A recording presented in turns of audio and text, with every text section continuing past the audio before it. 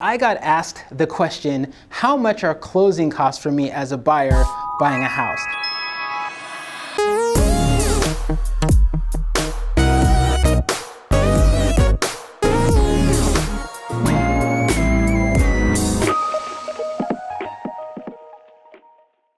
What's going on, y'all? It's Zap Martin with the Martin Group, and I got asked the question, how much are closing costs for me as a buyer buying a house? Now that answer varies greatly depending on how much house you're buying, how expensive it is, and a whole lot of other factors. But I thought I would answer the question in general with a $460,000 purchase in San Diego, California, so you can kind of get a glimpse of what buying a $460,000 house in San Diego looks like.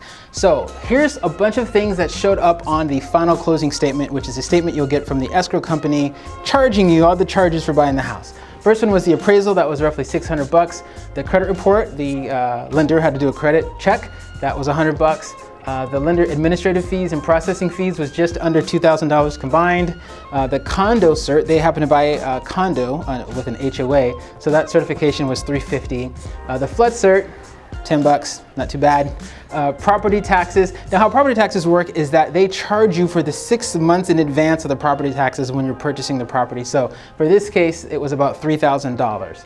The HOA had some documents that they had to put together. That was $600 in charges. The homeowner's insurance was $650. The transaction coordinator was $400. It's actually $395, I rounded up.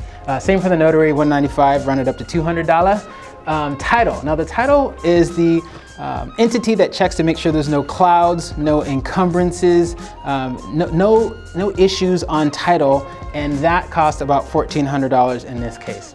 The escrow company, the company that's doing all this and making sure all this transaction happens, they charge $1,600, and your boy charged $0 for this. So don't get mad at me when you see this closing statement and be like, dang, they charged me all kinds of money. It's not me, it's all of these people. And kind of to let you know, about a third of these things, like the property taxes, these required certifications, the notary, some of these things are required by law, right? You have to have these things in order to do it. So it's kind of the government charging you the money.